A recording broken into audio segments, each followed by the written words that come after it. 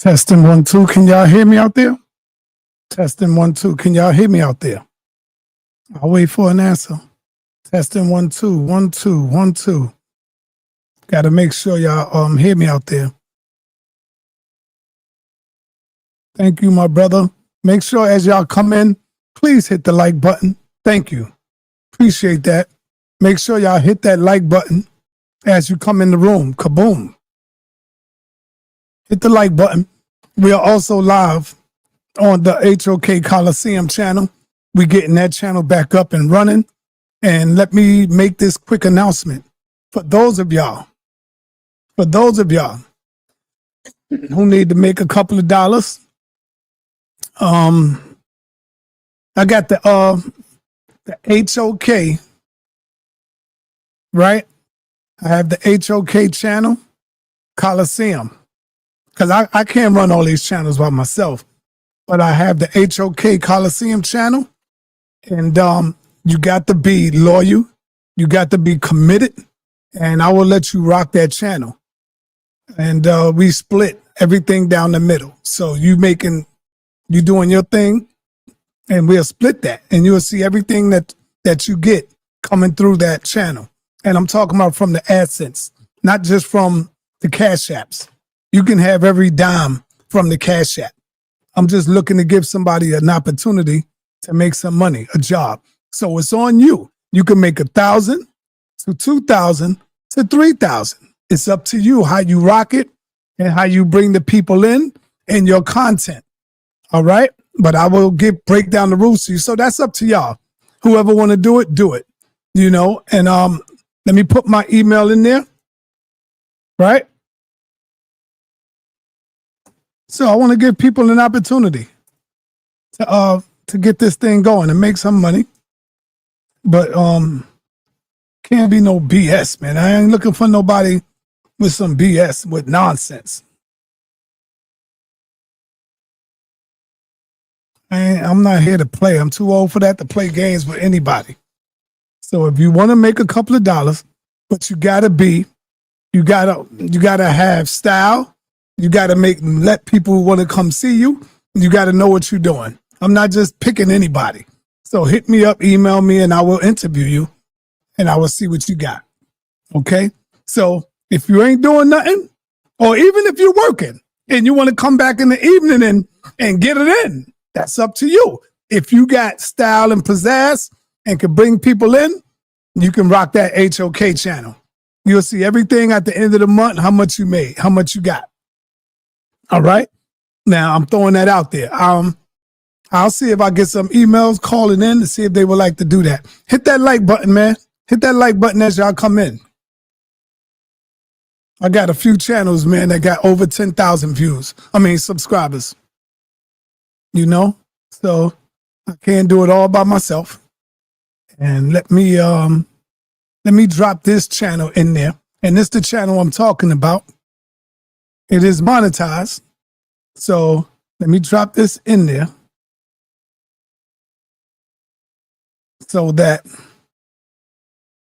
you can go right over there and check it out. And subscribe and hit that like button. Subscribe and hit that like button. There's the channel that I'm talking about. I just threw it in there.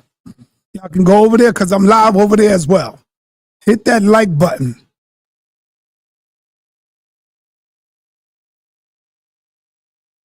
All right, hit the like button. Now, let me make this quick announcement so everybody will know what's going on. I've interviewed Shakka Ahmose 2 days ago. Y'all know that. And I'm going to let y'all know right now. I'm going to let the black women know right now. This might be a big pill for you to swallow. Shakka Ahmose is banging hard on the black woman. Not just any particular black woman. But if the shoe fit, wear it. If the shoe fit, some say take it off. Right? Now, I try my best to, you know me, I gotta simp a little bit. Y'all, that's what y'all call it. Y'all call it simping because I try to defend the sisters. But, oh man, Shakka made some strong points. Now, he ain't just talking about any black woman. I want to make that clear. He's talking about the Christian black woman, the religious black woman. All right? So if you're not in that bag, you ain't even got to worry about it. He ain't even talking to you. But I know it's going to sound like he's talking to every black woman. So I got to make it clear to y'all right now that he's talking directly to the sisters that's caught up into Christianity, Hebrew, all of that religious stuff. Okay? So I want to make that clear to y'all. So y'all won't be throwing stones at the brother. But man, listen, it's 3 cuts I did because I'm going to put them up 3 individually clipped. But right now I'm going to play all the clips so that y'all can see them. I'm going to start with clip number 1. He's talking about the church, all churches. Is that the one? No, he ain't talking about that, but you'll see. You'll see. And we're going to start it off, y'all, with this one. Shakka Ahmose is a goddamn beast. He's a beast. Have you ever felt? Are you listening? Damn.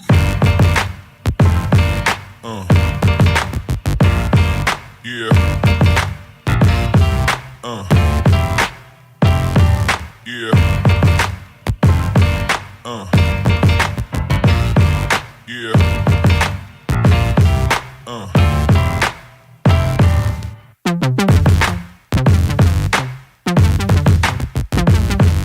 When I don't know what to do, God, help me. When I'm in trouble, God, help me. When I'm weak, God, help me. When I'm down, God, help me. When I'm in confusion, God, help me. Hallelujah. One thing about black people, they're the most ungrateful people on planet Earth. The most ungrateful people on planet Earth are black people. Don't let nobody lie to you. The most ignorant people, the most self-hating people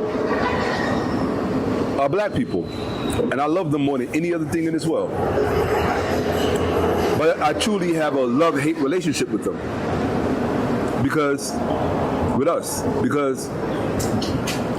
it's a hurtful thing to see things for what they are and look at your people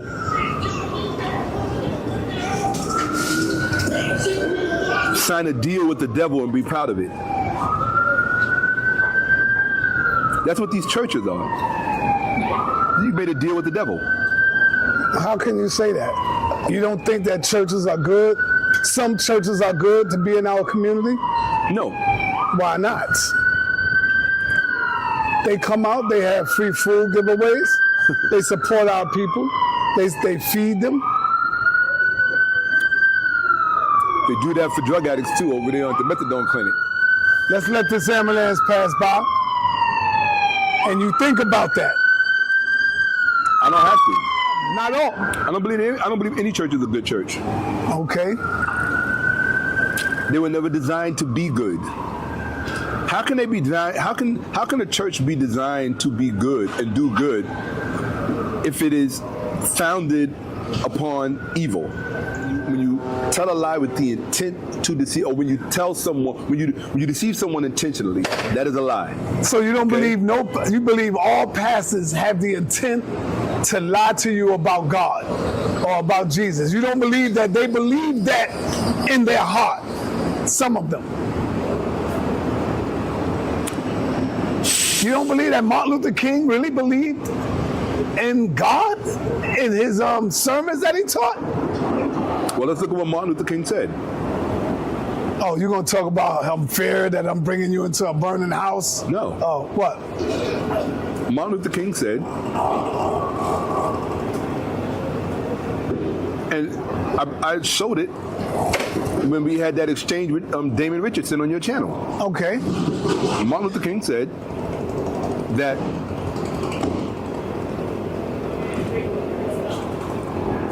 Osiris and Isis had great influence on Christianity. Yes. Martin Luther King said that in modern times, Christians perpetuate the worship of Osiris by worshiping Jesus. Martin Luther King said that. Okay. Martin Luther King also said that the books in the Bible came out of the Egyptian text. So therefore, he didn't lie. He wasn't lying about anything. So Martin's a poor example because he told the truth. In fact, he wrote it down in black and white and put it on paper. Okay. So, but with respect to my other question, my original question was, if I give you $50 and I lie to you, I intentionally deceive you, does that make me a good person or a bad person? Let's use Christian language. Let's use Christian language. What do they say? They say the devil is a what? A liar. Say the devil is a liar, right? So if I lie to you, that means I have acted as an agent of Satan. I have intended to deceive you. I have acted as a satanic agent.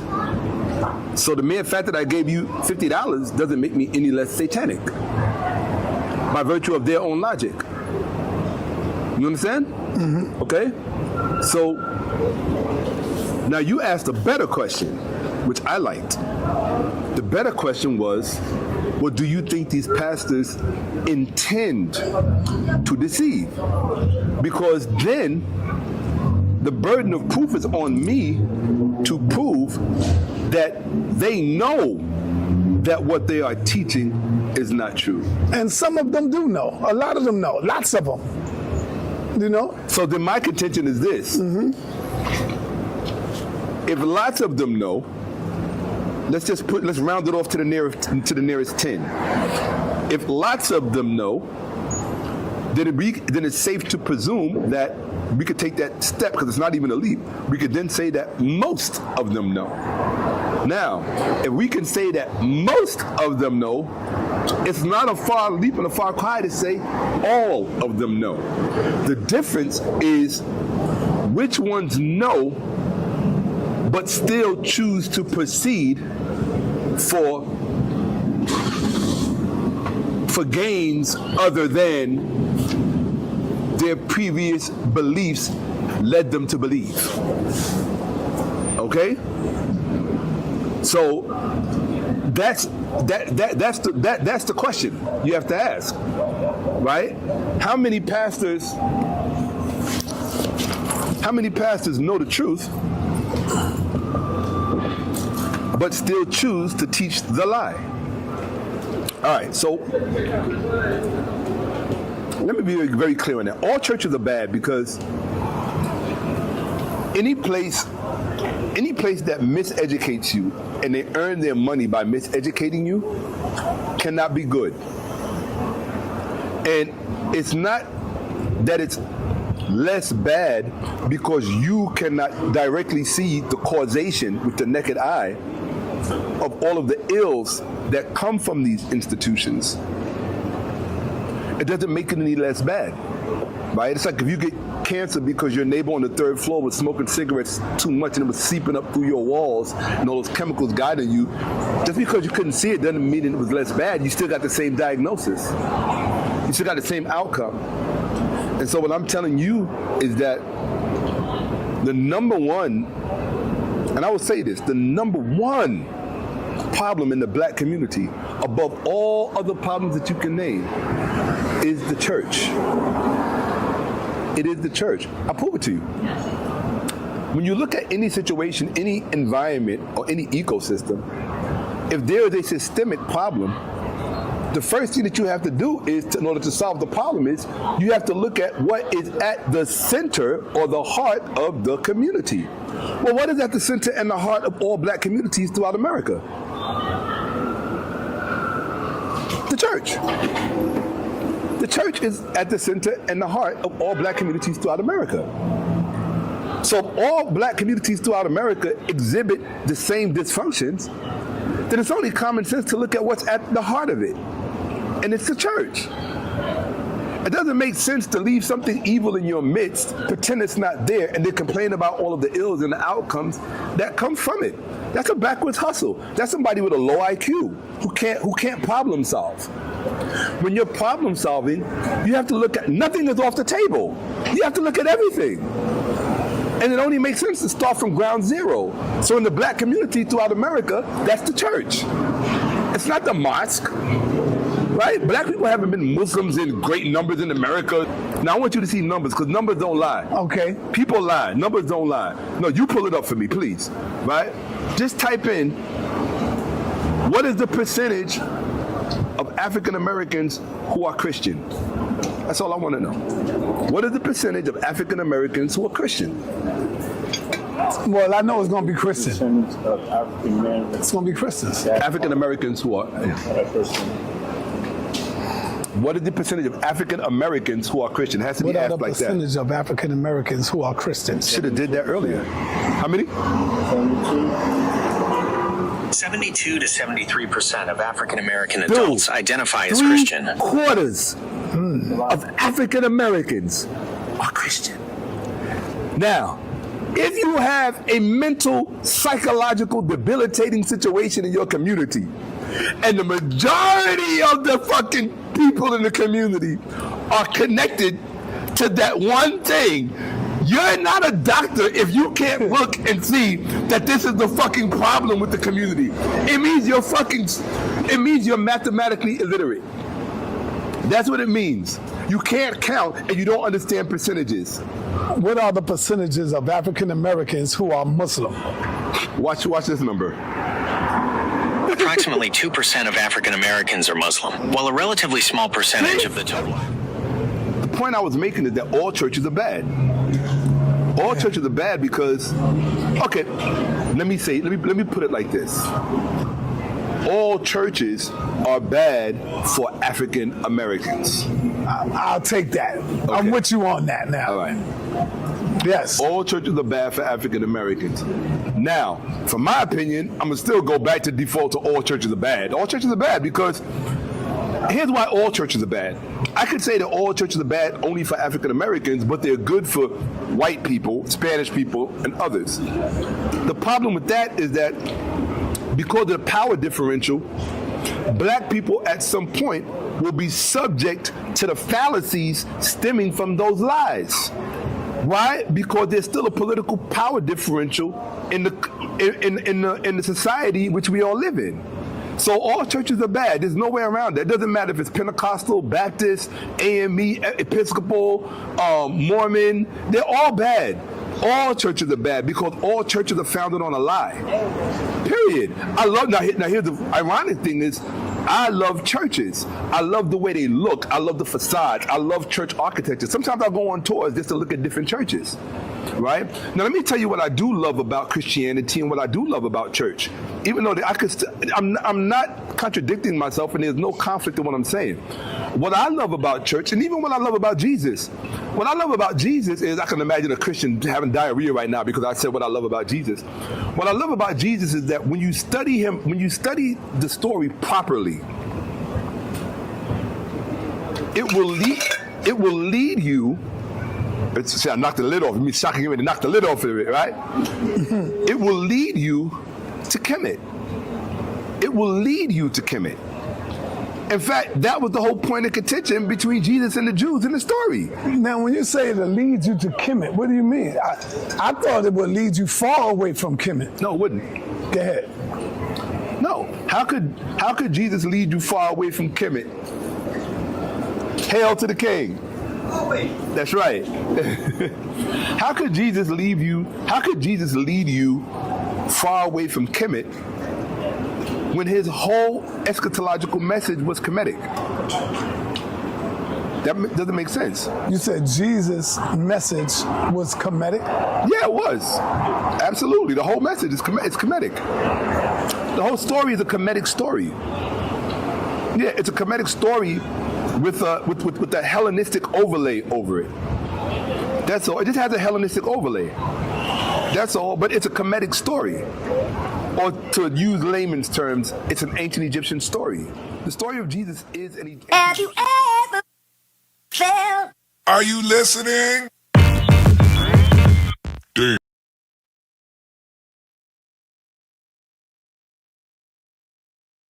All right, family. That's just part one because I broke it down in clips. All right, because he was talking about the Christian church. It's about to get deep. Strap on your bras, sisters.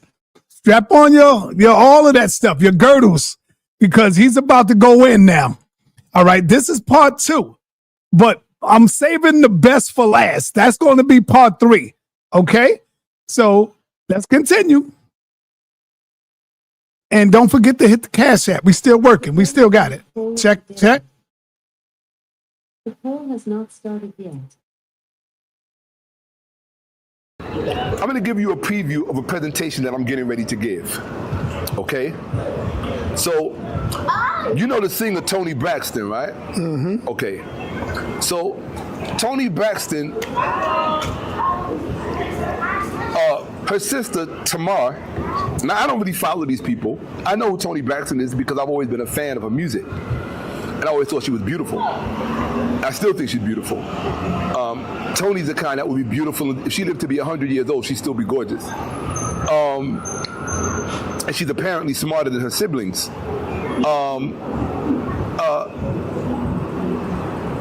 Her sister Tamar was doing a live, I think on TikTok or Instagram. And she had to end the phone call because she told, presumably it was her sister Toni Braxton on the other end of the phone, because you could only see Tamar. She was on the phone. Tamar said, well, look, I gotta go because I'm getting ready to go to Bible study.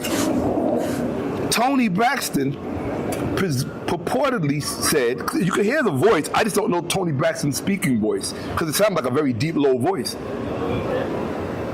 Although Toni Braxton did refer to herself as Barry White once, so it could have been her. But Toni Braxton said, Bible study? Why are you going to Bible study?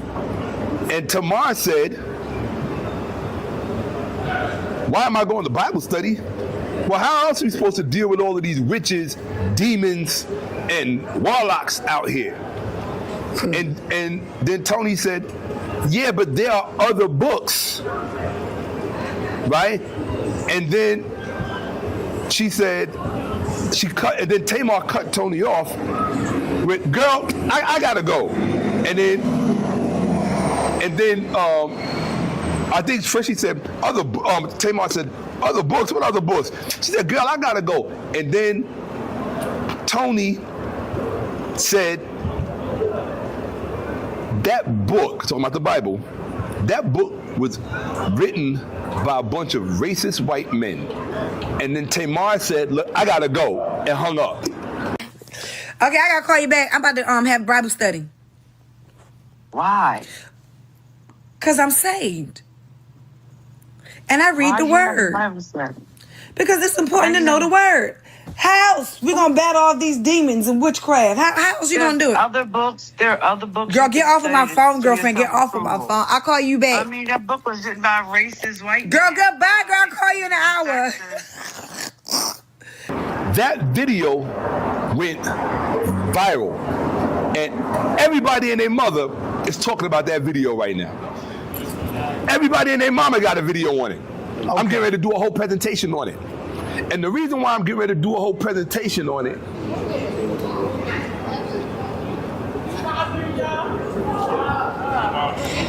I love my neighborhood, bro.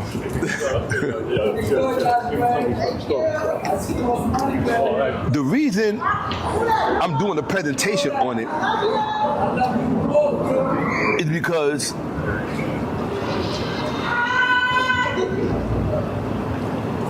the amount of black people who came for her, for Toni Braxton, behind saying that, was disgusting.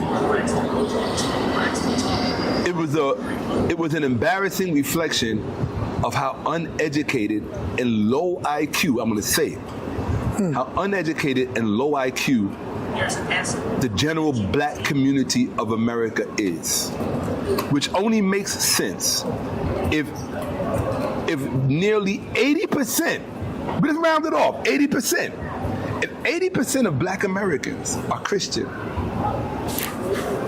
and there is a correlation between Christianity and low intelligence. Yo, type this in. Is there a correlation between Christianity and low intelligence? Is there a correlation between Christianity and low intelligence? This is a complex and sensitive topic, and it's important to approach it with careful consideration of the available research. A significant body of research, including numerous studies and meta-analyses, has found a small but consistent negative correlation between measures of intelligence, such as IQ scores, and religious belief or religiosity.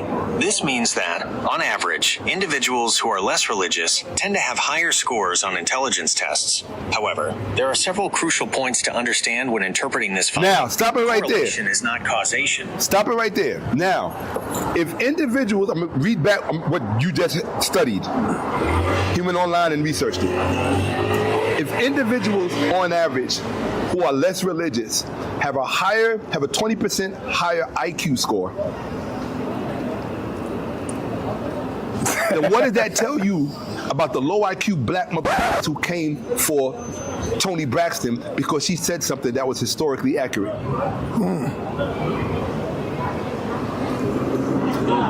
Black people in America are the poster children for mental illness by way of Christianity. What about can you put the Israelites in that bunch? They're worse. With the Christians? They're worse. Oh. They're worse. Because they all have the same thing in common. They're all historically illiterate. All of them. Every last one of them is historically illiterate. I might do a show on that, man. I got to do a show on that, on man. What? On what you just said. On the Toni Braxton thing? No. On what? On the illiteracy of religious people. Yeah, like they're all historically illiterate. And the Israelites and all. Well, the worst part is not even that they're historically illiterate. Most of them are just illiterate, period. They don't know how to read. Even when they pick up a book and read, they still pronounce it. Looking at words and pronouncing words, that's not reading, that's reciting. Just because you recite something doesn't mean you know how to read. Right. Or understand it. Or understand reading comprehensively. Right. Doesn't mean you have reading comprehension. Doesn't mean you understand pretext, text, and subtext. You understand? Because you have to have reading comprehension levels on all three levels. If you don't have reading comprehension on all three levels, you're not a good reader. You understand? You're not a good reader, and then on top of that, there are different types of reading, right?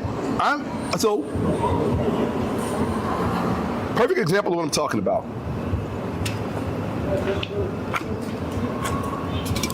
What does that tattoo on my wrist say? Nicole? It says Nicole. Right? Now, what do these symbols say? Life? I don't know what that one is. And I don't know that one. Okay. Now, a moment ago you could read. Right. Now all of a sudden you can't read. Right. Why? Because there are different types of reading. I agree. I see what you're saying. Okay? Right. All right? Right. Okay? This type of reading, this is semiotic reading. Ask any black person walking down the street, what is semiotic reading? They couldn't tell you. You know why? What is semiotic reading? Because black people on average are stupid. That's just the truth. And I'm not ashamed to say it. Or semiotic analysis is a method of interpreting a text by focusing on how it produces meaning through the use of signs and symbols. It goes beyond the literal meaning of words or images to uncover the deeper, often culturally specific, messages and ideologies at play. So if you only know how to read literal words, Semiotics. if you only know how to read literal words, then that means you have like a first grade level of reading. If you to up that, you have to learn how to read signs and symbols in general. So it's one thing for you to read the New York Post or even the Bible, but it's another thing for you to read Egyptian hieroglyphics, because you have to understand something about the symbols and what they mean. Why did you say Egyptian hieroglyphics? Or the Kemetic, the Medu Neter. There you go. Right, the Medu Neter. And I know you know that already. Of course, yeah, the Medu Neter. Yeah. Right? In order for you to read the Medu Neter, you have to develop semiotic literacy. Mm-hmm. Okay? Black people, they don't think this important though. Not in America. Black people in America are Frankensteins. They're Frankensteins. And in fact, the number one Frankenstein in Black America is the black woman. She is the number one Frankenstein. Why you say that? Because if you know the story of Frankenstein, what did he do? He created a monster, right? In his effort to create life, all he did was produce a disfigurement of life. That's what black women do. And that's why they get the kind of men that they get in these communities. Because most of the men in the black community were raised by their mothers. They're women internalized. Most black men in American culture are women internalized. So here's the question. Yeah. And I'm not debating you, brother. Every time I ask you a tougher question, you're always trying to debate. You think I'm trying to debate you? You are always trying to debate me. Do you blame? Because I know your mind. You're an Aries. You like to love that. Listen. Yeah. Do you blame the single woman for that? Do I blame the single woman for it? Yes. The single women have their share of blame. Right. They have their share of blame. But why we never blame the man? Because it is the man who leaves her when he gets her pregnant. That's not necessarily true. That's not true. That's and he gets up out the house. Not all men, not all of them. I'm not going to say all. But a lot of times, the man gives up. I'm going to stab you now. I'm saying not all the time, but sometimes the man gives up. You know what he hates about me? Go ahead, brother. In the field of marriage sciences, matrimonial sciences, black people gotta stop going to these churches, reading that bullshit Bible, and worshiping a Jesus no matter what color. You need to stop that bullshit now. Miseducating your children. You need to stop that bullshit. See how the ice cream truck got you programmed? All right, family. This is it. This is the main event right now. This is the hour-long one right here. And sisters, I just want to reiterate that Shakka is only talking to the Christian mindset woman. He's only talking to the Christian and the Hebrew sisters out there. He's not talking about all the women, because I made it clear. So I know y'all going to think that I'm simping. Hey, if that's what y'all call it today, then I'm simping. I always got to be in the defense mode for the sisters sometime. But is he right? Let's get right into it. We ain't playing with it. Let's get right into it.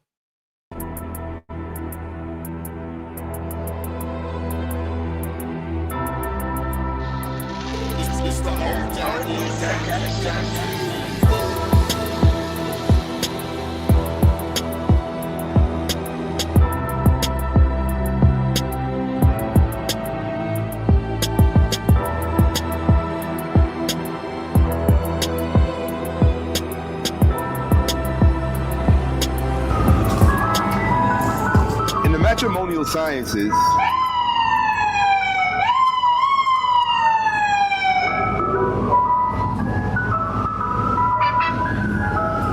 there is a matrimonial formula. This is a better way to say it.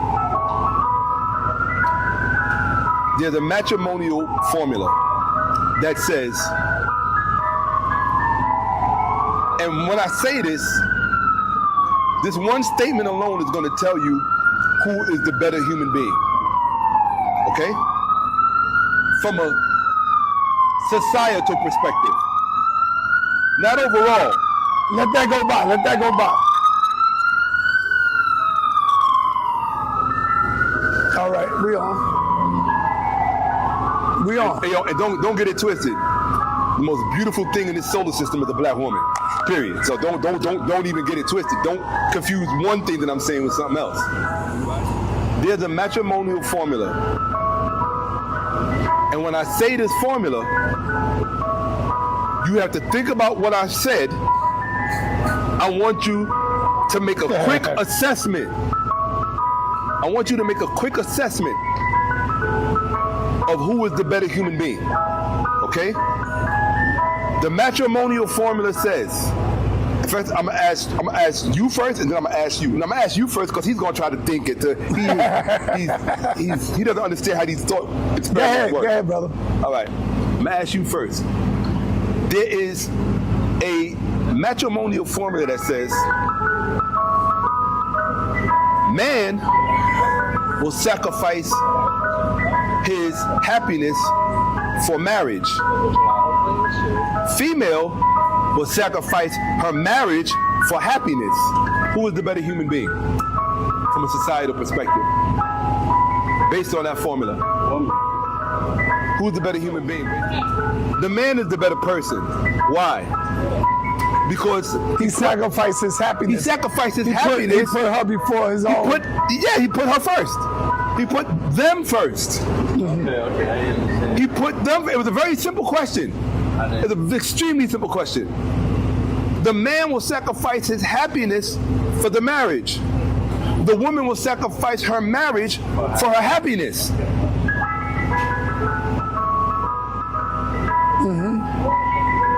Hypergamy is real, bruh. Hypergamy is, women will tell you this. The thing that women hate most about men is that men don't know women. And so because of that, women are forced to live a facade. They're forced to live falsely. Manipulation. Yeah, they have, right, yes. Okay? I mean, women have their own shit that they have to overcome and deal with. I've done whole presentations on that. But now, go back to your phone, because I want you to ask your phone another question. Watch this. And this is why I say that black women are the Frankenstein of the black community. Oh, damn. Go ahead. What is it? What's the question? You have to ask it just like this. First, I'm going to say the whole thing, then I'm going to say it again slowly. If close to 80% of African Americans are Christian, what is the male to female ratio between African Americans and Christianity? Which outnumbers which? Are there more black Christian female African Americans, or are there more black male Christian African Americans? Yeah, hold it to the mic. Research consistently shows that there are more black Christian women than black Christian men. This is a pattern that holds true across many Christian denominations, but the gender gap is particularly wide within historically black Protestant churches. Back to the church. Hold on, did you hear what it said? Yeah. What did it say? It said statistics show that black women, showed African American females outnumber. It said African American female Christians outnumber black male Christians, and then it also said, look how it followed it up.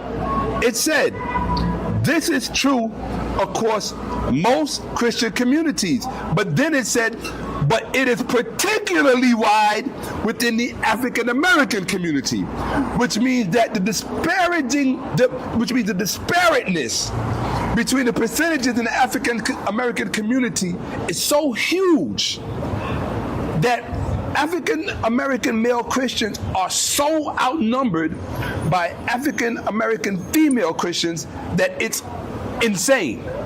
What does that mean? It means you have a female religiously dominated community.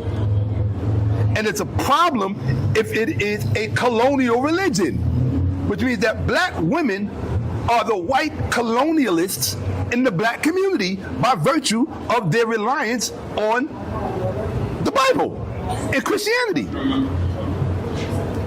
They are the principal agent of our destruction. It's not white people. It's black women.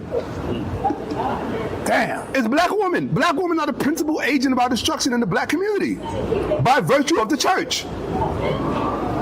And they tell you that they're Christians. Never, why would you believe, first of all, if you come out of an institution that's based on a lie, the first thing that I as a thinking person have to conclude is that means that you have been trained, taught, and groomed to lie without you even knowing it. So you've been taught to lie without knowing that you're lying.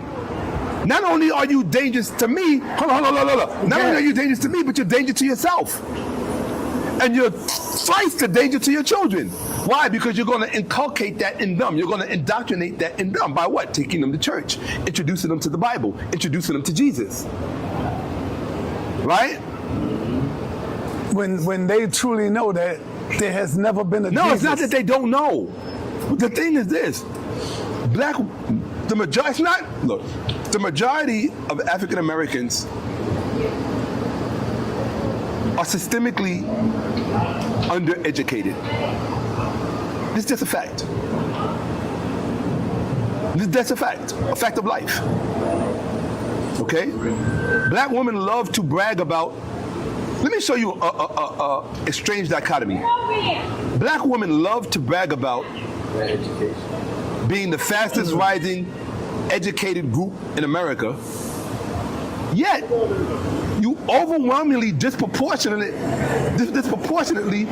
fill the houses of ignorance throughout the country, which are the churches. You're a white man's wet dream, so you should be dating white men. You should be dating white men. Absolutely.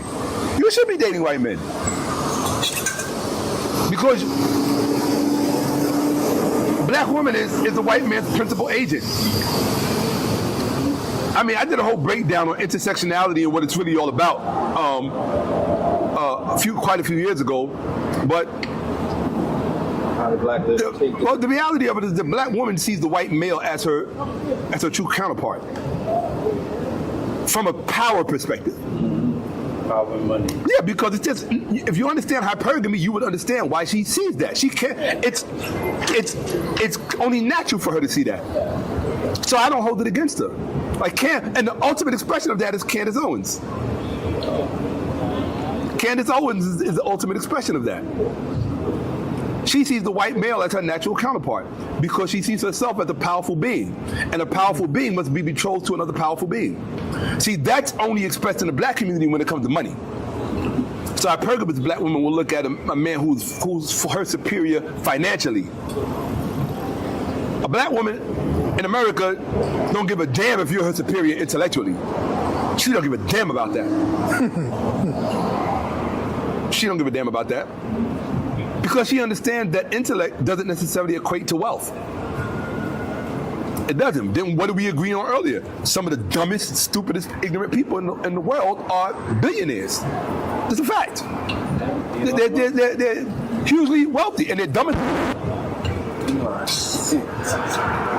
So, back to what I was saying, now that you've seen the data and the stats, the African American community is 80% Christian, right? I didn't know that. You saw the psychological studies that said there's a 20% IQ difference between non-religious people versus religious people. So that means 20% of the African American community is left to a high IQ status, while 80% is more or less below 85, minus or south of 85 point, an 85 IQ point, with a 15% deviation, which is really scary, because what's 15 below 85? 70. 70. Right? Which means that you got to deal out here with motherfuckers that have an IQ of fucking 70. The average black person you see walking down the street got an IQ of about 70. 65. That's the truth. And then you're going to think you're going to understand someone like me? I know what my IQ is. What is it? I'm not telling you. I know you wouldn't believe it, but I'm not telling you. Why would you think Trust I would me, you wouldn't believe believe it. Because I couldn't believe it. When I saw yeah, I know what my IQ is, and it makes perfect sense to me why most people don't understand me. It'd be impossible for you to understand me. It would literally be impossible for you to understand me. All you can do is judge me from your limited scope of narrow understanding about life and facts and truth, of which you have very little of. Mostly what you have is black people confuse dogma with truth, right? They don't know the difference between dogma and truth, right? What they have is dogma, and they have fidelity to their dogma. So when black people talk about faith, they're talking about fidelity to their dogma, right? When they talk about Christianity, they're talking about, what they're really talking about is, you know how they accuse people of idolatry? Well, what they practice is actually a form of idolatry. It's called Bibleolatry.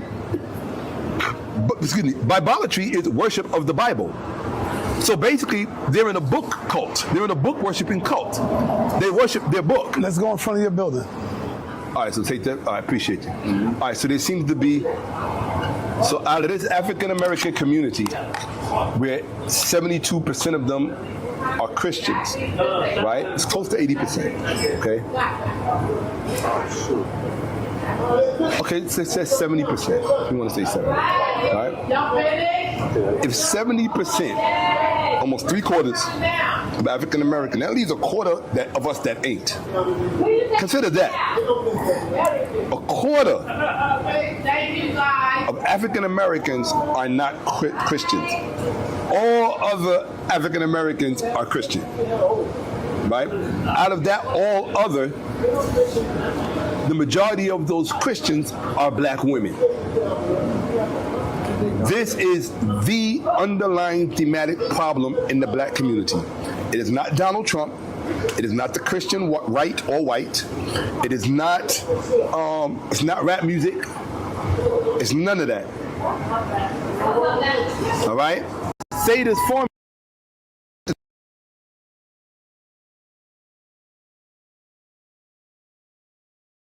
Right? They don't know the difference between dogma and truth. Right? What they have is dogma, and they have fidelity to their dogma. So when black people talk about faith, My bad, family. I was trying to pause it, and I ended up pulling it back. But to my sister Belle, he's not talking about the all sisters. He's speaking on women who have a religious mindset, women who are in the church, Hebrew Israelite women. That's who he's talking about. But I mean, if you're a Christian, I mean, so be it. Then he is talking about you. So he's talking about the women who are under the spell of religion. That's who he's talking about. Remember, I cleared that up earlier. So, you know, Malcolm said, and I'm not talking to you, sister, with all due respect, you could take a rock and throw it in a crowd of puppies. I ain't gonna say dogs, because I'm not calling you a dog at all. I'm just quoting what Malcolm said. Yeah, you could take a rock and throw it in a crowd of dogs, and the only one that bark is the one that got hit by the rock. So understand, I am not talking about you, Queen Belle. Understand that now, all right? I just wanted to throw that out there. He's talking about the religious women. That's it. right? When they talk about Christianity, they're talking about, what they're really talking about is, you know how they accuse people of are black women. This is the underlying thematic problem in the black community. It is not Donald Trump. It is not the Christian right or white. It is not, it's not rap music. It's none of that. All right? I'll tell you what it is. What it is the main problem in the black community is pastor worship. These black women worship these pastors. They're not going. They worship these male pastors. They worship these black male pastors that they produced, that they socialized. Think about it. Who do you think raised these black male pastors? Ask Tyler Perry. Medea raised all of them. All of them. So you get to go to church every Sunday and see the stellar archetype that you created. It's like when you're little and your mother's fixing your tie and she's greasing your face and putting lotion on. She's giving you her little Barack Obama. She's giving you her little, this is her sunum bonum of your, what do they call it? Your Sunday best, right? So they're always going to equate that best with Sunday with you. You're at your best on Sunday in church, in their minds. Got the video of that part. Okay? Again. You understand what I'm saying to you? Mm-hmm. So this is really what it is. They worship the pastors. Now, if the pastor community knows that they are worshipped by the black female congregation, who do you think they're going to come and let upset that? Not only that, if the majority of these Christians sitting in the churches are black women, where do you think these pastors are getting these money from for these Lear jets and from the women? From the women. Mm-hmm. It's the pimpiest pimp game that's ever been pimped. Mm-hmm. Period. Period. There's a deeper game involved, which I don't want to go too much deep into because y'all really don't understand what this is about. And there's not going to be one average-brained, low IQ black woman. Oh, you know what I actually call them? I have a term for them. It's just the 4 Bs. I actually use it. I call them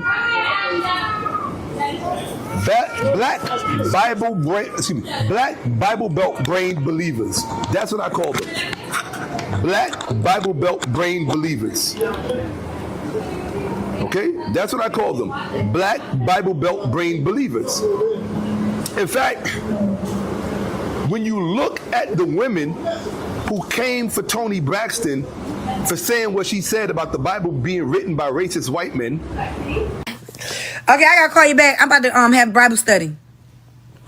Why? Cause I'm saved.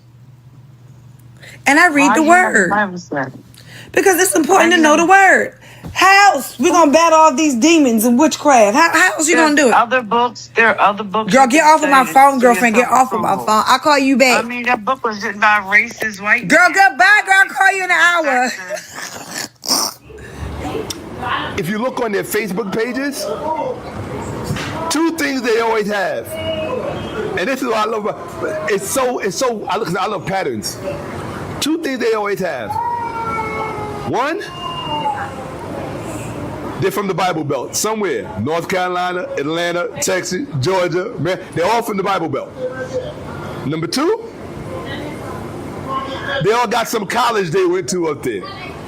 This university, that university. And I say, how can this many people go to college and all be that stupid? You know why? Why? Because everything you learned in college through the week got undone on Sunday when you went into that building. Stupid motherfuckers. That's why. I say what I'm saying unapologetically. No apologies, ever. In this lifetime on this planet. You don't apologize for saying the truth. Some people say, well, you could apologize for how you said it. No. Ignorance does not care. You will learn that. I could say it as nasty as I wanted to say it. That would not offend the women. What would offend the woman was that I told the truth. Yeah. You understand?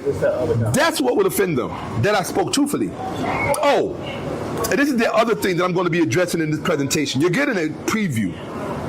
I really shouldn't give it to you because yes, you should. My subject matter will end up on his channel with somebody else speaking to it, and I hate that because they don't do it the service that all they're going to do is put more bad they're going to put more bad information. Like one thing about like these scholars that are his audience. Stay focused, brother. So you don't forget what you say, man. Dude, the worst thing in the world is having somebody less less studied than yourself trying to re-explain what you said. You know how many people come to my channel and say, hey, Shakka, remember when you said da-da-da-da? And I'm like, I may have said something, but whatever you heard at your level of hearing, because I didn't say what you just said. So how you gonna come along and try to explain what I said to somebody else when you yourself don't even understand what I said? Because if you understood what I said, you would have said it before I said it, because you would have known it. This is the problem. The problem in the black community, really, the black community has a number of problems, but one of the main problems amongst the black men, now let's talk about the men. And this is where the black pastors are directly guilty. The black male pastors. The black men are guilty in that they all have a Messiah complex. Everybody wants to be the one. I'm the one. I'm the one you need to listen to. I'm the one you need to go to. Dr. Umar is the number one who thinks like that.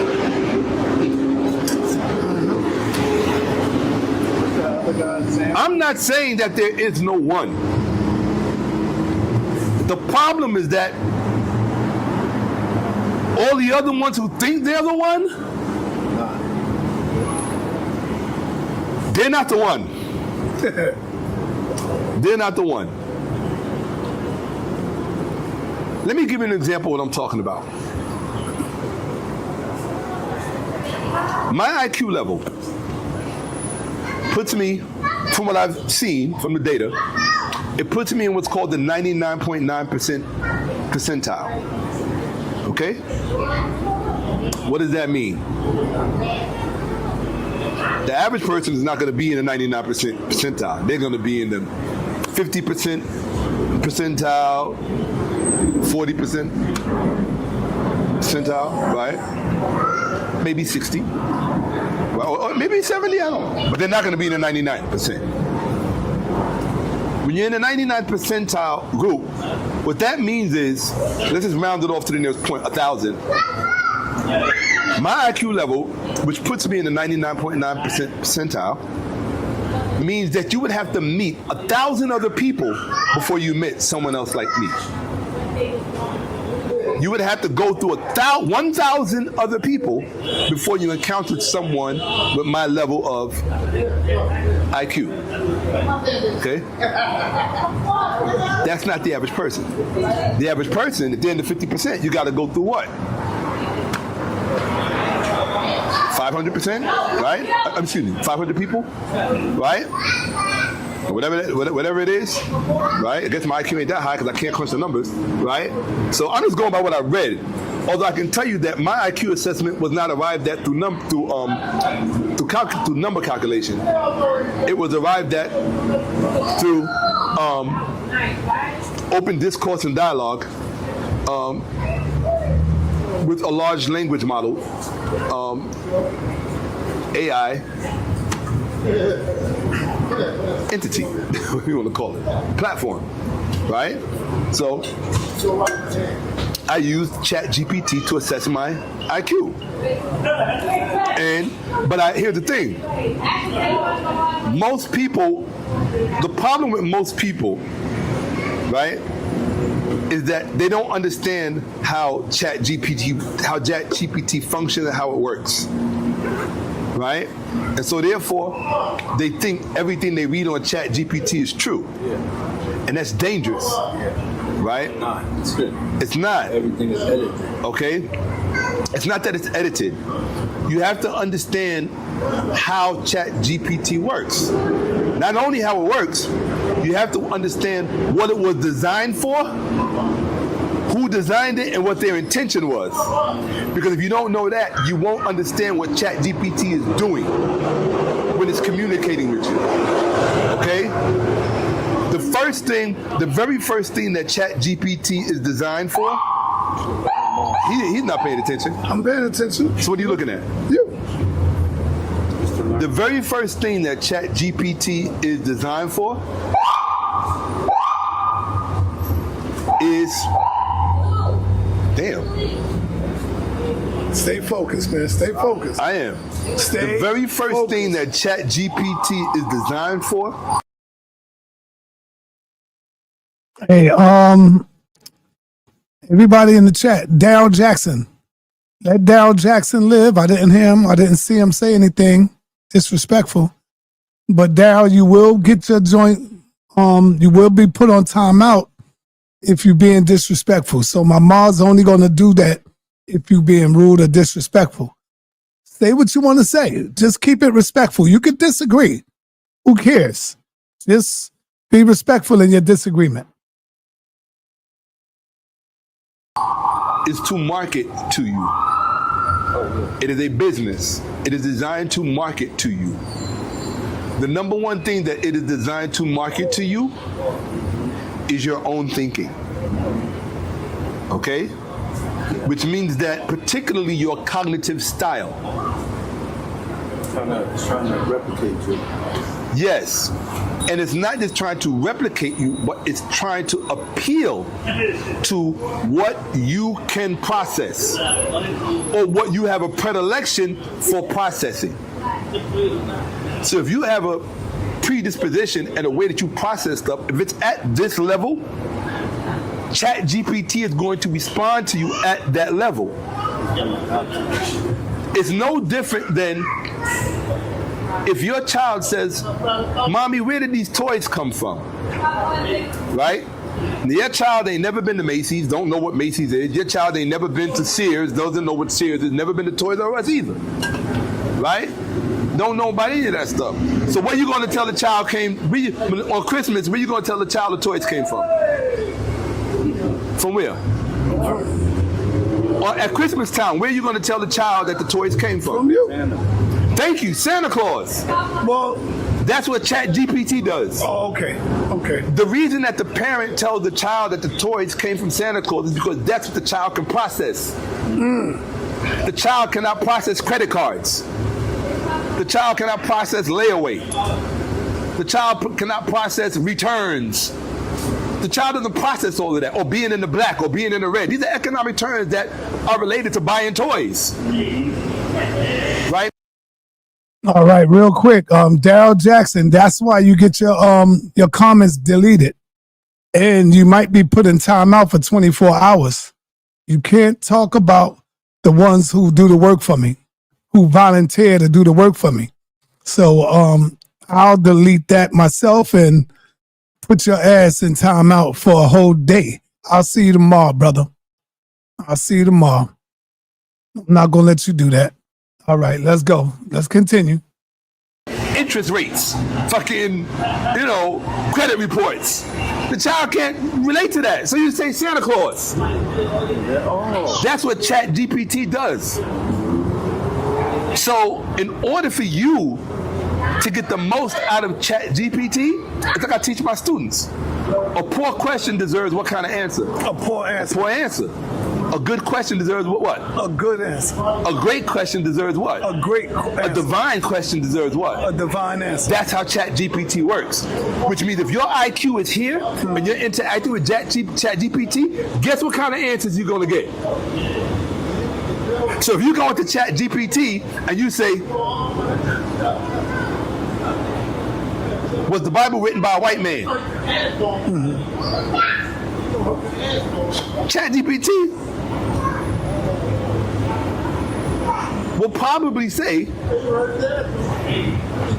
whatever the most prevailing thought is in whatever database it has access to as it goes across the internet. So as it goes across the internet and it aggregates the data through it uses a token system, by the way, right? As it's going through this large database, right? The cloud, whatever, right?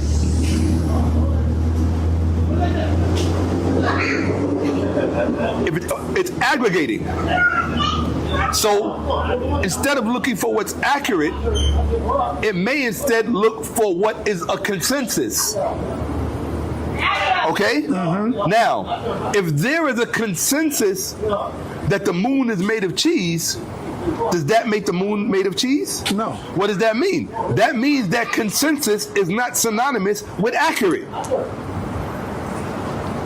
But a low IQ motherfucker would think, oh, well, 20 people said it, so it got to be true. Right. That's a black woman. Oh, man. That's a black woman. That is a black woman. You know, the sisters, we live right now too. I hope so. That is a black woman. Women gonna really be upset with you about I hope this. they're upset. Somebody needs to make them upset.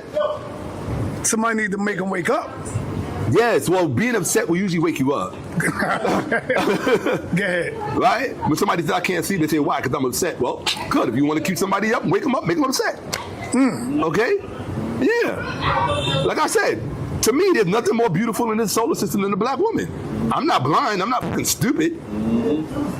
But the truth is the truth. The truth don't stop the truth from being the truth. She's stupid as the day is long. And she is a victim of her physiology, which is something else she doesn't know about. Now, let me get this right, because we live right now. Okay. When you say she's just as stupid, of course you're not saying all. Because there's some of them that's not in the church, that don't believe in the church. Everything that I'm talking about is talking about one demographic. Okay. The demographic we've been talking about, black Christian females, black Bible-believing females. I'm not talking about any other demographic. Okay, I got you. But see, we knew we just started this. Okay. That's why I'm saying to do that. Okay, I'm talking about black Christian female women. Right. Right. Okay? Yeah, I'm talking about that demographic, no other demographic. But if that is, what? That's an 80% though. Yeah! If that's fucking, it's out of the 80%, so people don't understand what that lock meant that I wore on my head. They really don't understand. So get back. I ain't mean to take you away from That's that. okay. So talking about that black woman. That's the last time I saw you had that in there. So yeah. So what I'm saying is that, so if you take that percentage, if 80% of African America is Christian, and the majority of those Christians, with somewhere a 10-point difference, a 10% differentiation, if the majority of those Christians within that group are females, black females, right? So then you have to, what's 60% of what is, somebody do the math. My high IQ is not going to do it. What is, say, 60% of 72%? What is 60% of 72%? Times that?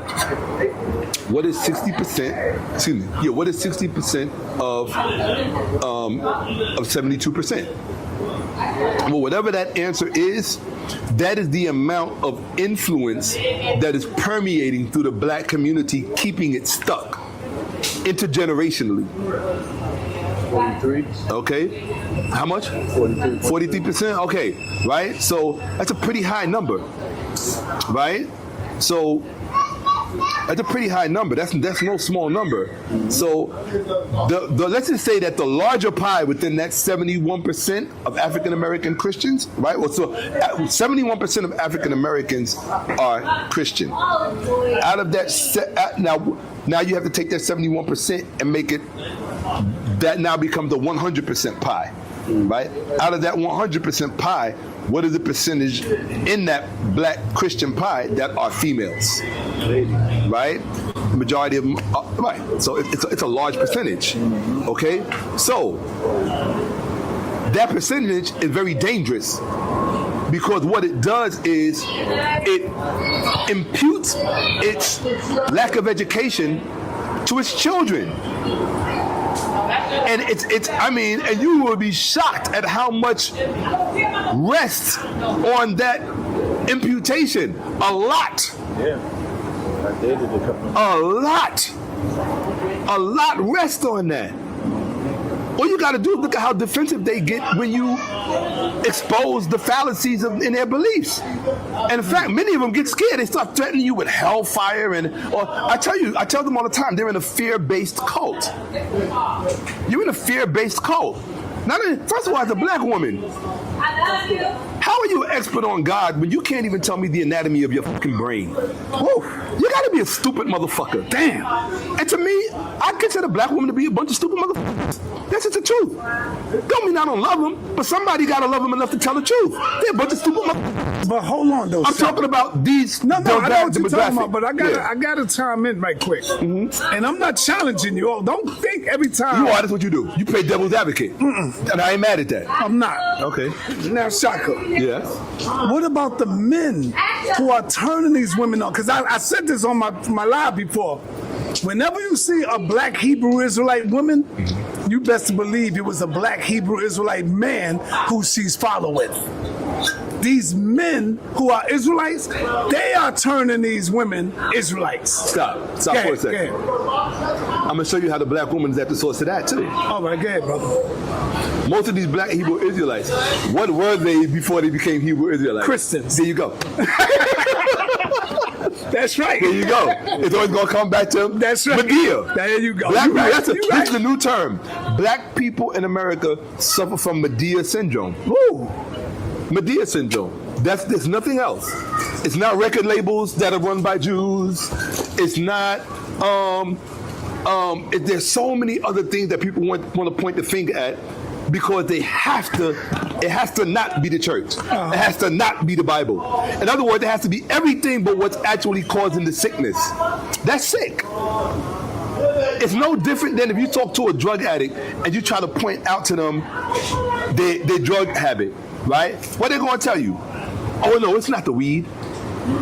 The weed ain't making my teeth fall out. The weed ain't making my lips. No, it's not the cigarettes. The cigarettes is not what's making my breath stink. It's this. It's not, no. Oh, no, it's not.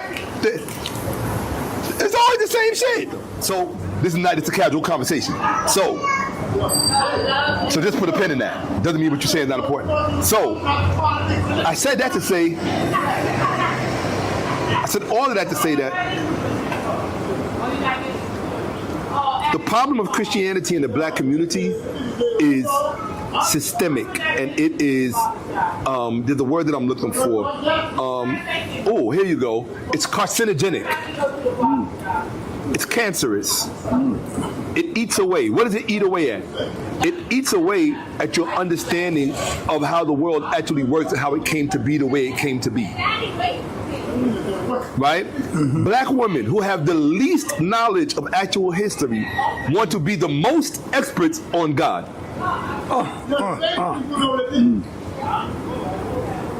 Make that make sense. When you learned about God from a culture that was predominantly patriarchal. Make that make sense. How the fuck are you the expert? This didn't come out of a matriarchal society. If we were dealing with a matriarchal religion coming out of a matriarchal society, then okay. And look, and when the Catholics tried to make it matriarchal by introducing the Theotokos, Mary, Mother of God, into the ecclesiastic formula, the Protestants said, hell no, in Germany. You come into Germany with some matriarchal shit? Are you kidding? What do they call Germany? The fatherland. They don't call Germany the motherland. Wow. They call it the fatherland, you dumb mother.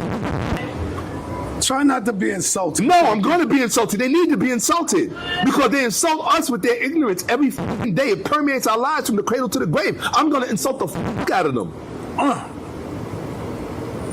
Yes. But they are the ones that gave me them donations to put in your pocket, brother. I don't give a fuck. Keep your money. I don't care. I keep telling you, truth and economics are not the same thing. That you did say that earlier. I keep telling you that. You did say that. I keep telling you that. Okay? Truth and economics are not the same thing. I'm not going to talk nice to you because I want you to purchase something from me. I want you to purchase something from me because I told you the truth. So if your value system values truth, then spend your money with me. If your value system doesn't value truth, keep your money. I'm not going to be any good to you anyway. I'm of no use to you.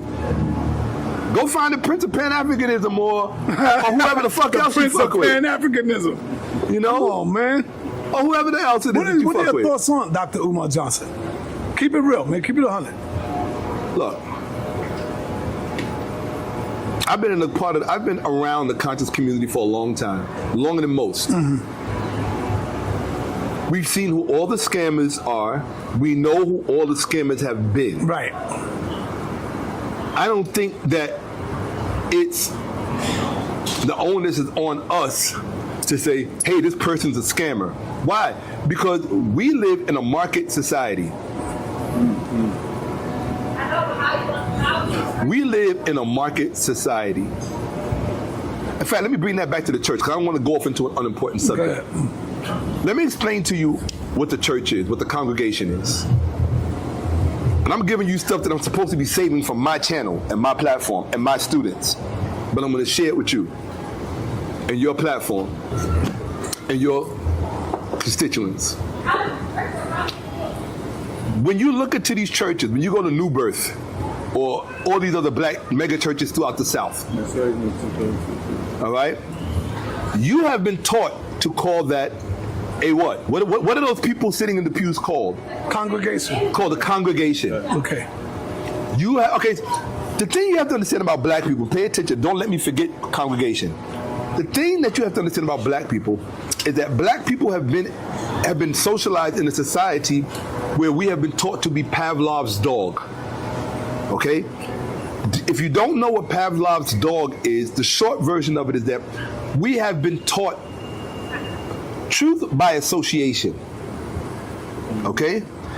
If I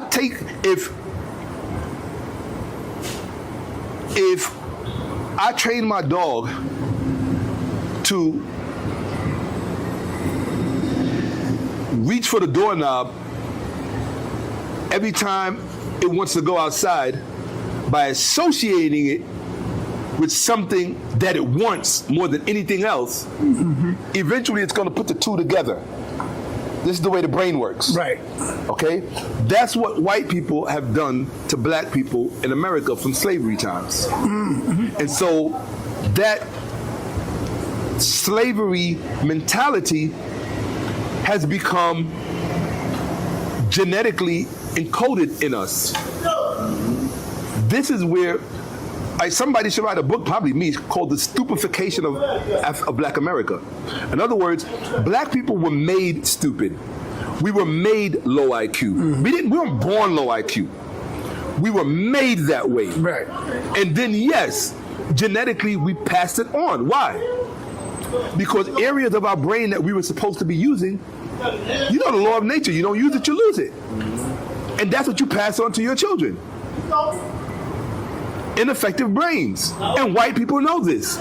They're not stupid. They did it on purpose. The problem is that it doesn't get all of us.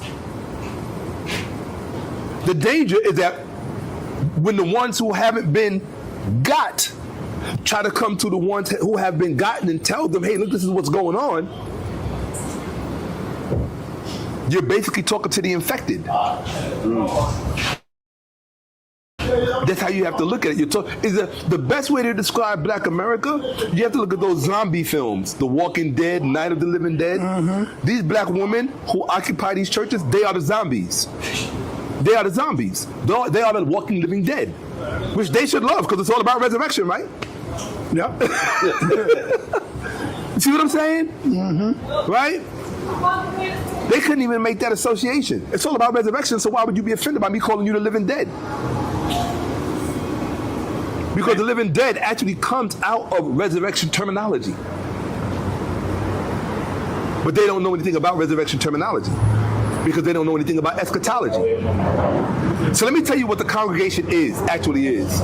You have been taught they have been taught, dumbass black woman, Christian black woman, I always got to put the Christian qualifier in front of that. They have been taught to associate the word congregation with pastor. So it describes the relationship. But they've never been taught to collectively identify themselves to all of these congregations. They've never been taught collectively to identify themselves as a market. That is what they are. They are a market. You have been taught to identify as a congregation. You've never been taught to see yourself as a market. Once you understand that you are a market, you will understand how the pastor looks at you and how the relationship is contoured to exploit the market. Why is it a market? And what is it a market for? Now I'm giving you stuff that I only give in my private classes. Right? What is the Christian congregation a market for? Answer the question. We're in class. Economics. What is it a market for? I'll tell you what it's a market for. Economy. It's a market for the publishing industry. Publisher. Yes. I told you, they are Bible worshipers. They practice Bibleatry. As consumers, they practice Bibleatry. That's why they always say, oh, the word. You get into an argument with a Christian, where's the first place they run? The Bible. Because they can't argue from here. They have to argue from the book. And so the book had the ultimate authority in their lives. Yes. So if the book had the ultimate authority in your life, then you're in a book cult. You worship the book. You understand? This is what's actually going on. You've been taught everybody else is the pagan while you're practicing Bibleatry, the worship of a book. Right? Now the rhetoric and the doctrination has taught them what's called self-appeasing language. Right? What is a self-appeasing language? How do you mitigate the fact that you're worshiping a book? You go into the narrative that explains it away, that rationalizes it away. It rationalizes that cognitive dissonance away. What is the cognitive dissonance? It tells you this is the word of God. So you're not worshiping the book. You're worshiping what's in the book. Well, what's in the book? What is in every book? Words. Pages. Pages. What's on the pages? Words. This is what a book is. Right? So you're worshiping a book. Period. Period in discussion. The other problem with this market, well, the market is you have to understand the construct of the market. The construct of the market is, and this is something that these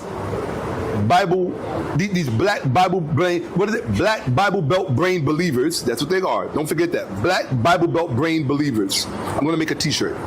Black Bible Belt brain believers. Okay? You have to understand the way the market is constructed. Right? So you worship the book, right? Who's benefiting from this worship of the book? Whoever's selling the book. The Bible is $1 billion publishing industry. Now it's on the phones. It's $1 billion. Why do you think you got so many versions? It's all a publishing industry. And religion is an industry. It's always been an industry from day one, literally. And the first law of all industries are hide your industry secrets. So how are you going to be the market thinking that you understand the industry secrets? Are you stupid? You're the market in the car buying market. Does that mean you understand the industry secrets at Toyota or Tesla or any other place? No, of course not. You idiots. Do you understand the industry secrets at Apple just because you own a computer and you're the one that's marketed to? No. So what makes you think you understand the industry secrets of the publishing world as it relates to Bible proliferation? You don't know anything about that. You're just a fucking dumbass sitting in a church. That's what you are. And you compensate for having no knowledge by repeating the stupid shit you read in that book that you don't know anything about. I'm not saying that there's no good in the book. Yeah, there's some good in the book. What's good in the book? There's a lot of good in the Bible. What's good in the book? All the shit they stole from other books. Yeah. All the shit they stole from other books. That's what the Bible is. It's a remix. That's all it is. But you have to look at the industry secrets. Those industry secrets matter. Why do the industry secrets matter? The industry secrets matter because they dictate what you don't see, what you don't know, and most importantly, the why. If I'm selling computers, I have to convince you that there's a why that you need to come to. You need to be walking around with that why in your head so you go spend money on a computer. That doesn't mean that your why is my why. My why for selling you the computer cannot be your why for buying the computer. Stupid. That's not how it works. That's the way the church is constructed. The church industry is constructed that way. It's a power differential. It's a consumer versus producer. Right? What does the pastor produce? There are pastors who are scholars who have produced scriptures, but it's not the pastor in them that produced the scripture. It was the scholar in them that produced the scripture. Don't confuse the two. Don't confuse the two. All right, now that you told us the He ain't here. problem, Where I said. now Trust that me. you told us the problem and the condition and the mind state of the black woman, what are some Man, of the problems? you got to see the way these black women came for Tony Braxton. It's fucking mind blowing because they've all done video responses. When I do my video response, I am going to literally give them all a life-changing experience because. You know, I've been very focused on because I'm producing the series. That's where all of my focus is. But stay focused with I'm asking you. Now that you have broke down the mind state of the black woman, the Christian black woman. What is the problem you have with the Christian black man? The problem I have with the Christian black man is he doesn't realize what he's a product of. He's a product of the Christian black woman. Hold up. Yeah. He's the product of the Christian black woman. I see what you're saying. Yeah. If most about what is the percentage of black men raised by black women? I got you. Somebody go to your phone. What is the percentage of African American men raised in single parent households? And then what is the percentage of those single parent households that are females? Can we do some work here? If I had white folks here, they'd have been the shit already. Black people got a delayed reaction that's built in from, I don't know where it's from. What is the percentage of African American males raised in single parent households? Approximately 67% of black children in the U.S. live in single-parent households, the highest rate among any racial or ethnic group. Okay, The highest rate hold of on. The point I'm making is that first it said, 67% of black children are raised in single-parent households, right? Right. All right. So that's all right. You can chill, right? So if 67% of black children, basically rounded up to 70%, right? So now look at these numbers. You have over 70% of African Americans are Christian. Over 70% of African Americans are raised in single parent households. Are you looking at this cocktail? You're talking big numbers here. That means the majority of us are raised as Christians. The majority of us are raised in single parent households. The majority of those single parent households are led by black Christian female women. This is the problem, period. You don't have to look for any other problem in the black community. There is no other problem. You can't talk to black men about that. Why? Because black men are not responsible for hypergamy. It is hypergamy that instructs and informs the matrimonial formula. What's the matrimonial formula? Men will sacrifice happiness for marriage, where women will sacrifice marriage for happiness. So when you take all of that and put that together, she is the fucking Frankenstein in our community. There's no way around it. The data says it, not Shakka Ahmose. Now, if she wants to see a different community, she's going to have to be prepared to make some changes that she's not prepared to make. Why? Because she doesn't understand her evolutionary mismatch perspective. If she understood her evolutionary mismatch perspective, which deals with neuropsychology or evolutionary psychology, when you deal with evolutionary psychology, it shows you the inner workings of the female mind. There are certain things that work in them that are beyond their grasp to control. All they know how to do is, it's like the operating software, right? Just because you have operating software in your community, in your computer, doesn't mean you understand it. Doesn't mean you know how it works. Doesn't mean you know what's going on. A perfect example, best computer you ever had was your brain, right? If I ask any one of you, where is your infundibular stalk located? Tell me where it is. Raise your hand. In your brain. No, where in your brain? Where's your infundibular stalk located? The point I'm making to you is that this whole thing that we live in, this whole ecosystem that we live in, it was never designed to educate you. Think about it. Yes. How do you go to school and the number one instrument that you're using to learn, you're taught nothing about? That is game. That is pimpology 101. Yeah, Right there. that's true. That is pimpology 101. That is Wizard of Oz par excellence. Don't look behind the curtain. They teach you not to even look behind the curtain in your own fucking skull. What? This bitch thinks she's an expert on God. This is the insanity we live in. Try not to No. use the B word, brother. Okay, all right. You called her, that's your sister. Bro, and I got sisters who are bitches. They call each other bitches. Y'all gonna stop with Shaka They call each other bitches. You gonna tell me I can't get out of here? No. Women do that all the time. Women do it all day long. Oh, that bitch this bitch is. Oh, I can't. But y'all identify each other as bitches? Yeah. And don't think y'all they don't call us niggas. Oh, that nigga this, that nigga, that nigga. When you ready, you ready. It's like Hispanic people, Latin people. They love to pretend we like this. The moment they got a beef with a black person, that nigga, get that nigga, that nigga, that nigga. And they don't mean nigga in the hood sense. Okay? Everybody be fronting for each other. I'm not fronting for anybody. I'm gonna tell you what the fuck it is. And this is what it is. Period. I fuck with truthful, honest, truthful people fuck with me. Period. They love me.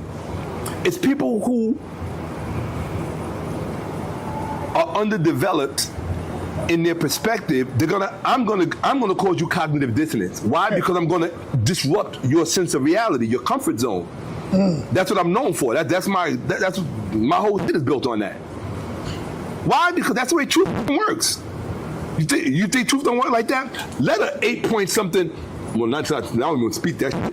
Let a 5-point something earthquake come up in this motherfucker and see if your day is not interrupted and disrupted. They had one in New York. I know, I felt it when it happened. Oh, you did? Because I was up studying. Yeah.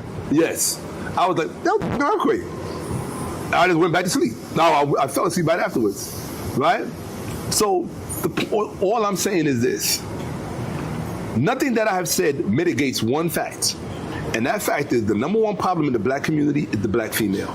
Period. The black woman. Period. You don't have to like it. And it doesn't mean I don't love her. I love the shit out of her. I think as black men, fuck it, we got to give our lives for them. We got to give our lives for them. Because they're that important and they matter that much. Mm-hmm. But I ain't going to give my life for you and not be able to tell you the truth about you. What are you talking about? Are you stupid? Mm-hmm. Real quick, I want to say this. Thank you, Ace Millette. I think it's suspect of another man to look at another man's shirt that what he's wearing and look at him as a female or something. It's something inside of you that make you look at a man that way. I don't look at him that way. I see Shakka trying to identify with the culture of the gods. And that's how the gods were. They cut. Why are you looking at a man's chest? Nigga, you are suspect as hell to even look at a man attractive like that. I don't do that type of stuff. I'm looking at the woman. But I know you niggas got to have some sugar in your tank when you do that. Y'all Negroes got to stop that, bro. You look bad to me. Not only to me, but to real men. Real men don't, I wouldn't give a damn if he had if a nigga had on a thong, nigga. I'm not looking at that. And I'm not going to even address it. I'm not going to, oh, brother, look, did you see what? That's what you suckers would do. Y'all would do stuff like that, man. Something wrong with you. You got sugar in your tank and you need to come out the closet. Because I don't give a damn what a man will. I'm not looking at him like that. That's how you suckers look at him, you undercover chumps. Y'all crazy as hell. Get out of here. No, yes, we are obligated to give our lives to you. And guess what? We are also, in that obligation comes along with telling your ass the truth about yourself. You are the problem with the black community. There is no other problem. So how do you fix her? We can't fix her. Oh, man, we can't fix She's her. unfixable. Yeah. You gonna fix hypergamy? How do you fix hypergamy? That's from birth. I'm asking you, brother. How do you fix an evolutionary mismatch? Damn, let me bring that back. Shakka say you can't fix her. Now, I disagree with him on that part. It's a lot that I disagree, but I let him do his thing. You know what I'm saying? He's the guest. I let him do his thing, and he's doing it. 8-point something. Well, not I don't even speak that shit. Let a 5-point something earthquake come up in this motherfucker and see if your day is not interrupted and disrupted. They had one in New York. I know, I felt it when it happened. Oh, you did? Because I was up studying. Yeah. Yes. I was like, that was an earthquake. I just went back to sleep. Now I fell asleep right afterwards. Right? So all I'm saying is this. Nothing that I have said mitigates one fact. And that fact is the number one problem in the black community is the black female. Period. The black woman. Period. You don't have to like it. And it doesn't mean I don't love her. I love the shit out of her. I think as black men, Fuck it, we got to give our lives for them. We got to give our lives for them because they're that important and they matter that much. But I ain't gonna give my life for you and not be able to tell you the truth about you. What are you talking about? Are you stupid? Get out of here. No, yes, we are obligated to give our lives to you. And guess what? We are also, in that obligation comes along with telling your ass the truth about yourself. You are the problem with the black community. There is no other problem. So how do you fix her? We can't fix her. Oh, man, we can't fix She's her. unfixable. Yeah. You gonna fix hypergamy? How do you fix hypergamy? That's from birth. I'm asking you, brother. How do you fix an evolutionary mismatch perspective? How do you fix something? I'm asking you. How do you fix something that evolved over millions of years? If I had the answers, I'll be trying to fix it right now. But, The black woman is unfixable. damn, But here's the thing, though. Watch this. that's hard, bro. Hold on, though. Watch this. That's where the best love song. That's why we make the best love songs. Because loving somebody that's unfixable is the hardest thing in the world to do. They've had to do it with us for how long? Why do you think we make the dopest love songs? Some love songs that come out of Europe, don't nobody give a fuck about that. Right. When was the last time you was bumping Chinese love songs? Or Russian love songs? You? No. The whole world is bumping our love songs. Why? Because we are the most unfixable. And we have to love each other unfixed. Broken. Damn. Now, bitch, if you ain't prepared to love an unfixed black man, get the fuck on. Go away because you're no good. You're not qualified for this. You have to love us broken. The same way we gotta love you. Broken.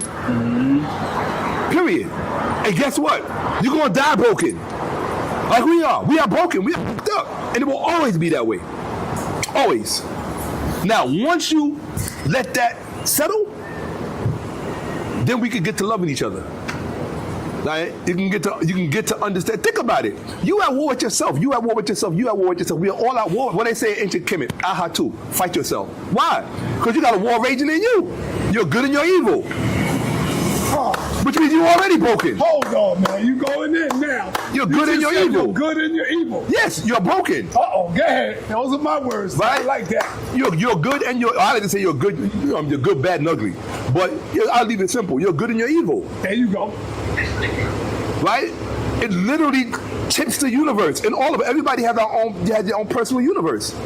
And in your own personal universe, that is the war that is raging. Some people lose, some people win. I always wish everybody wins. I wish you to win. That's when people don't realize that I'm thinking that in my mind when I'm walking down the street and I look at people and you pass me. You can, especially if you're a black man. First thing that come in my mind is, they never hear me say this out loud, but in my mind I say, win, King, win. I want to see you win, just win. That's all. I don't think about nothing else. I literally don't. When I see a black man walking down the street, especially no matter where I am, the first thought in my mind, I trained myself to think this way, win. I don't want to have nothing else to say to you, just win. Because I know that everything else on this planet, including a black woman, wants to see you lose. Damn. The Christian black woman wants to see you lose. Period. Hard teaching. It is what it is. It's facts. It's hard, though. These Christian black women worship these pastors. Jamal Bryant, he's worshipped. What's the singer's name? The Christian singer was really big, had all the controversy throughout the years. Kurt Franklin.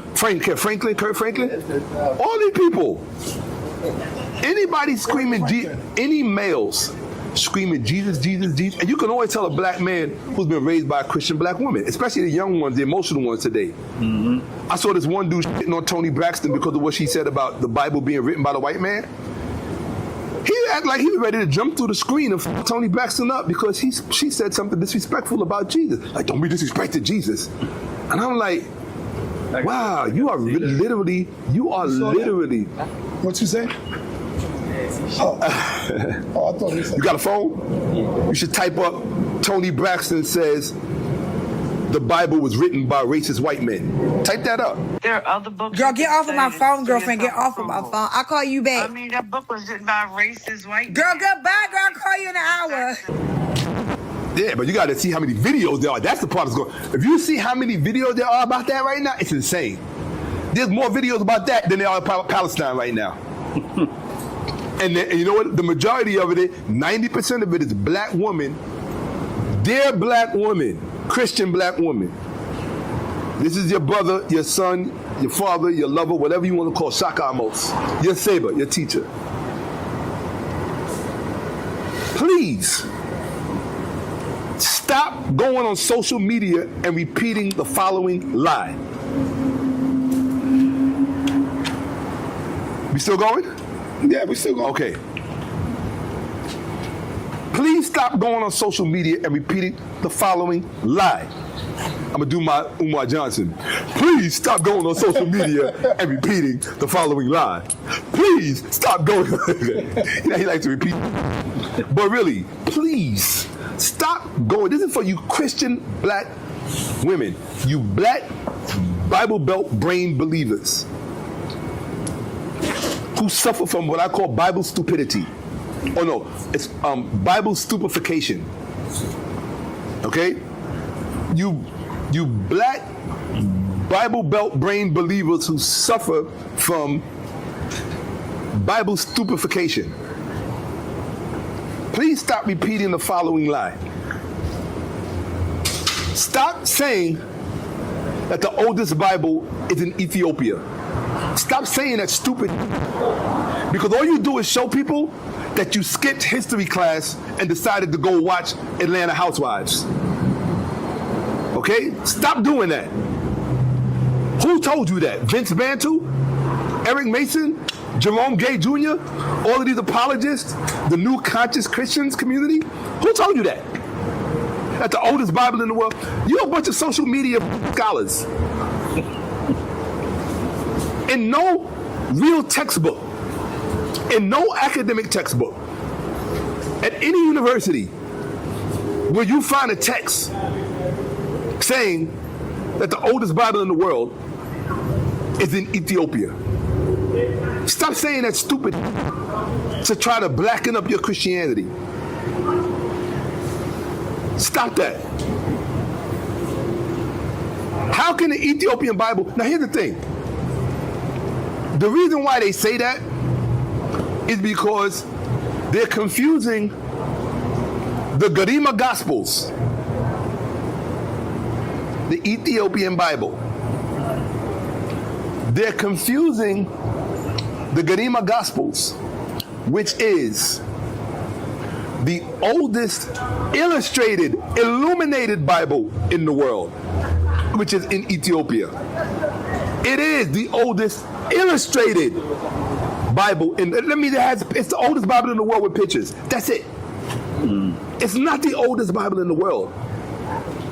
But what I don't understand is how can 1 million of you dumb be on social media repeating the same like chickens cackling in a hen house? It's disgusting. I'm doing the whole presentation. I even took screenshots because I want you to see how insane this is. Black women, Christian black women are like a hive. One person believes something stupid and passes it on, they become one voice. It literally is a cult, like the body of Christ. It's a cult. But see, they speak with a cult voice. This is where I have come. You keep blaming black women. Christian black women. When they getting it from black men. They're not getting it from black men. This is what I'm trying to tell you. Okay. Why did the black men get it? Because how can they be getting it from black men if there are no fathers around? They listening to them preach it, teach it. Well, hold on. They're going to their classes. Who put it in that teacher? Because his daddy wasn't around. All right, see, here's... Who put it in that preacher? Let me tell you. It could have his mama. It could have been another man. No, it's his mama. It was Medea. When you see Tazoriak and them outside teaching, that's a man teaching. Hold on, let me finish. I get that, but that's different. Okay, that's different. All right. It's different. Okay. The only reason they even became a Tazoriak was because of their introduction to the Bible. They was not introduced to a Torah. They was introduced to the Bible. King James Version of the Bible, which is still their favorite baby. Okay? They were introduced to the Bible. That's how they discovered Hebrewism and Torahism and those other. Other than that, they wouldn't have known what the hell they was talking about. So let me try to wrap it up with this. Don't stop. Close it up. Okay. All right. I'm not saying what I'm saying to be mean-spirited. Right?